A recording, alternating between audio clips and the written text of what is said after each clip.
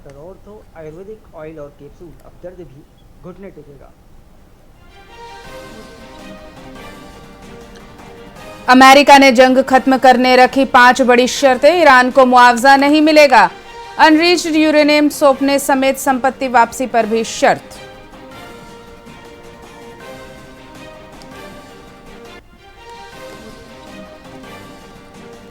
प्रधानमंत्री नरेंद्र मोदी ने भारत स्वीडन लोकतांत्रिक साझेदारी को अहम बताया। कहा, आतंकवाद मानवता के लिए सबसे बड़ा खतरा, इसके खिलाफ लड़ाई लगातार जारी रहेगी।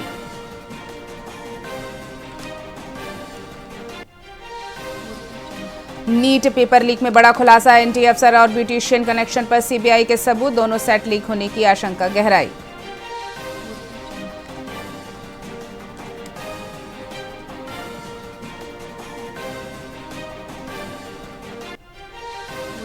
कोटा में पुलिस चेकिंग देख ट्रक ड्राइवर फरार हुआ। ट्रक से कंपोस्ट कट्टों में छिपाई 60 लाख रुपए की अवैध शराब बरामद हुई।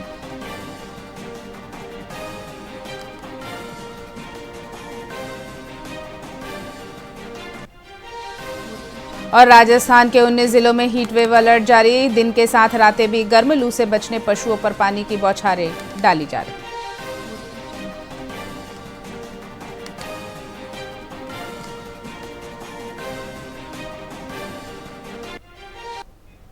नमस्कार, स्वागत है आपका वीआईपी न्यूज में। मैं हूं आपके साथ डॉक्टर रानी और आइए रुक करते हैं खबरों की ओर। धौलपुर पुलिस ने चंबल सेंचुरी क्षेत्र में अवैध बजरी खनन और परिवहन पर रोक लगाने के लिए बड़ा एक्शन प्लान तैयार किया है। पुलिस अधीक्षक विकास सांगवान के अनुसार 27 प्रमुख मार्गों पर सीसीटीवी कैमरे लगाए जाएंगे ताकि अवैध गतिविधियों पर लगातार निगरानी रखी जा सके। इसके साथ ही 16 चिन्हित घाटों पर 4 मोबाइल पेट्रोलिंग पार्टियां तैनात की जाएंगी जो लगातार गश्त कर संदिग्ध गतिविधियों पर पूरी नजर रखेगी। पुलिस ने स्पष्ट किया कि अवैध खनन में शामिल लोगों पर सख्त कानूनी कार्यवाही की जाएगी और आमजन से सहयोग की पुलिस ने अपील भी की है।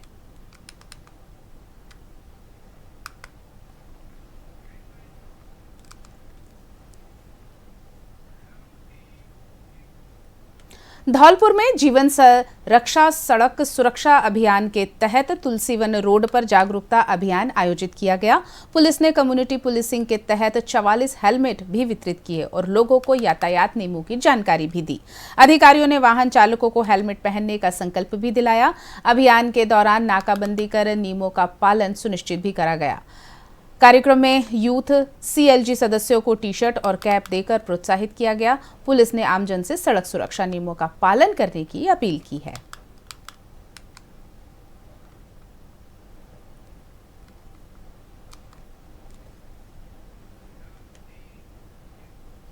खबर करौली से है। करौली जिले के करौली में मंडरायल थाना पुलिस ने नाबालिग से दुष्कर्म और अपहरण मामले में बड़ी कार्यवाही करते हुए आरोपी नाबालिग को निरुद्ध किया है। ये कार्यवाही पुलिस अधीक्षक लोकेश सोनवाल के निर्देशन में की गई। पीड़िता के परिजनों की शिकायत पर मामला दर्ज कर जांच शुरू की गई। पुलिस ने पीड़िता को गुजरात से बरामद किया जबकि आरोपी को चंबल पुल के पास से पकड़कर बाल न्यायालय में पेश किया गया। इसके साथ ही पुलिस ने वन और खनिज विभाग के सहयोग से अवैध बजरी स्टॉक को भी नष्ट किया और सख्त कार्रवाई जारी रखने की बात कही।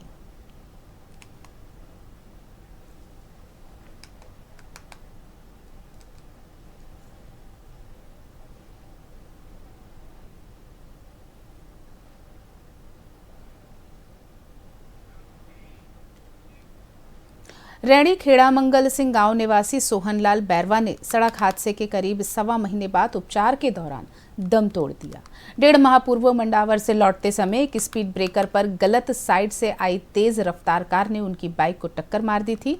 हादसे के बाद चालक कार छोड़कर फरार हो गया था। गंभीर रूप से घायल सोहनलाल का जयपुर में लंबा इलाज चला। शनिवार शाम अचानक उनकी तबीयत बिगड़ी और मंडावर अस्पताल उन्हें ले जाया गया, जहां डॉक्टरों ने उन्हें मृत घोषित कर दिया। मेरे भाई कल एक्सपायर हो गया। 6 तारीख को अप्रैल में शाम को एक्सीडेंट हो गया था गांव की स्कूल के सामने। कौन से गांव की स्कूल के सामने? खेड़ा मंगल सिंह स्कूल के सामने। किस चीज़ से हुआ था एक्सीडेंट? ये मोटरसाइकिल से था। सामने HR गाड़ी थी, वो गाड़ी की तरफ से आ रही थी, भाई मंडार की तरफ से आ रहा था घर पे। तो आमने सामने टक्कर हुई? आमने सामने हुए। फिर उसमें सरकारी हॉस्पिटल में गए थे। उसके बाद उन्होंने कुछ दवाई गोली वगैरह देके अलवर रेफ़र कर दिया। अलवर कुछ देर रखकर उन्होंने सीधा एसएमएस ले जाने के लिए बोला था, क्योंकि उनके कान से खून आ रहे थे। वहाँ से ले जाने के बाद ट्रॉमा में आपातकालीन एसएमएस हॉस्पिटल में भर्ती कर लिया। अचानक तबीयत ख़राब हो गई थी इनकी। तबीयत ख़राब होने के बाद करीब 3:30 बजे करीब हम यहाँ मंडार हॉस्पिटल लेके आ गए। मंडार हॉस्पिटल लेके आए तो यहाँ पे हमने इमरजेंसी में लेके गए थे। डॉक्टर साहब उस समय था नहीं, कुछ देर बाद आए और उन्हें आके उनको मृत घोषित कर दिया। न्याय ये चाहते हैं जिन्होंने गलत किया उसको कार्रवाई होनी चाहिए। अच्छा, ये 4 महीना में 6 तारीख को मुकदमा नंबर 134/26 दर्ज हुआ था। उसमें रोड एक्सीडेंट में जयर राज की मृत्यु हो गई, सोनलाल की। आज CSC मंडावर में PMR हो रहा है, जारी है। जो आपका नाम? रमेश चंदेश से। आपका पद? पुलिस थाना रैनी। मेरे भाई कल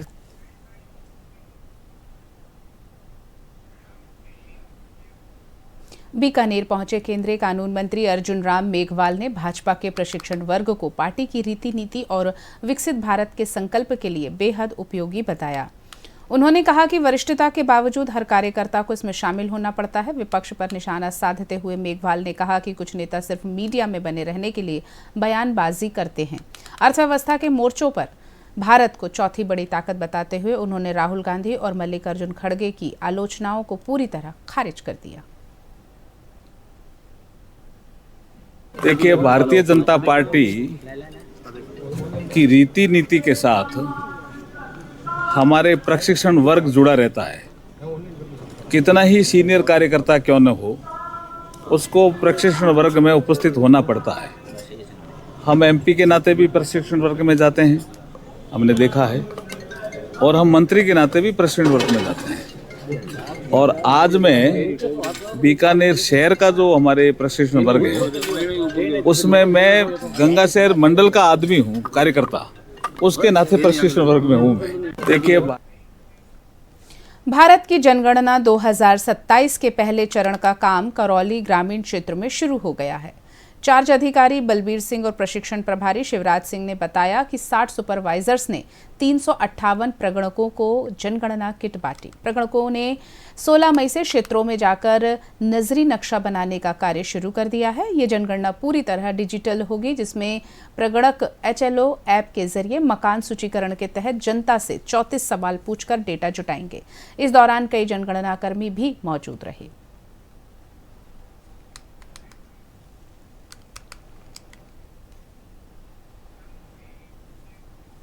मारवाड़ के चांचोड़ी गांव में पिछले 4 दिनों से आतंक मचाने वाला पैंथर आखिरकार वन विभाग के पिंजरे में कैद हो गया। इस पैंथर ने कई मवेशियों को अपना शिकार बनाया था, जिससे ग्रामीणों में भारी दहशत थी। देसूरी से आई वन विभाग की टीम ने पहाड़ी पर बकरी का चारा डालकर पिंजरा लगाया, जिसमें बीती रात पैंथर फंस गया। वनपाल चुन्नीलाल देवासी की टीम ने पैंथर को सुरक्षित रेस्क्यू किया। मेडिकल जांच के बाद उसे अरावली अभ्यारण्य में छोड़ा जाएगा।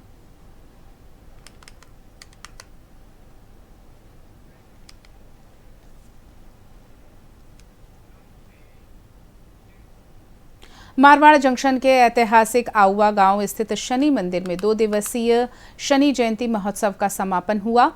इस अवसर पर सुबह शुभ वेला में विधि विधान और वैदिक मंत्रोच्चार के साथ भव्य यज्ञ का आयोजन किया गया। यज्ञ में सैकड़ों दंपतियों ने आहुतियां देकर क्षेत्र में अमन, चैन और खुशहाली की कामना की। आउवा जोशी समाज के तत्वाधान में आयोजित इस 2 दिवसीय धार्मिक उत्सव को लेकर पूरे गांव में भारी हर्षोल्लास और भक्ति का माहौल देखा गया। अंत में विशाल महाप्रसादी का भी आयोजन इस कार्यक्रम में किया गया था।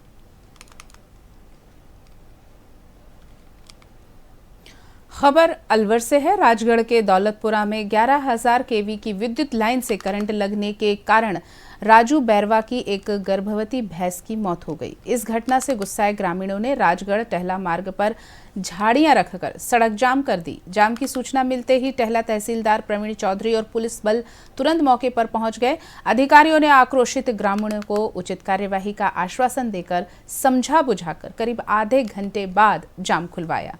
मौके पर ही पंचनामा बनाकर भैंस का पोस्टमार्टम भी कराया गया। आज हमारे ग्राम पंचायत श्रीचंदपुरा के ग्राम दौलतपुरा के अंदर 11 kV की लाइन टूटने के कारण एक भैंस राजू बैरवा जो भी ग्राम दौलतपुरा का है, गरीब परिवार से है, उसकी भैंस पानी पी के खम्भे की तरफ चले गई तो खम्भे का ऊपर 11,000 वोल्टेज का करंट आ गया, जिसकी वजह से भैंस वहीं मौत हो गई और मृत्यु होने के कारण उसके 5-7 दिन की में ब्याने वाली थी भैंस और 6 बजे जो भैंस मरी थी। सूचना देने के बाद में 9 बजे के करीब बिजली विभाग का 8 बजे बिजली विभाग का नुमाइंदा आया, उसके बाद में 9 बजे प्रशासन आया और आक्रोशित होकर ग्रामीणों ने, दौलतपुरा ग्रामीण वासियों ने रोड जाम कर दिया, जिसको आधे घंटे तक जाम लगा। आधे घंटे जाम लगने के बाद में पहला तहसीलदार जी आए थे और उसने समझाइश कर जाम को खुलवाया। यहाँ पे ग्राम दौलतपुरा है, पटवार मंडल सरिचतपुरा में है। यहाँ पे रोड पे जाम लगा हुआ था।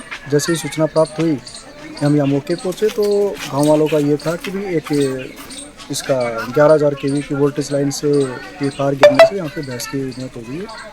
तो मौके पे आके लोगों को समझाया गया और जाम खुलवाया गया और पुलिस को सूचना दी गई और जो वेटनरी के डॉक्टर्स हैं उनको सूचना दी कि मौके पर उसका पोस्टमार्टम कराया गया। हमने अपना मौका पर्चा बनाया है और जो अग्रीमेंट की जो कार्रवाई है उसके बाद प्रक्रिया स्टार्ट कर दी है। आज हमारे खबरों में फिलहाल इतना ही। ताज़ा तरीन और खबरों के लिए देखते रहिए VIP न्यूज़। नमस्कार।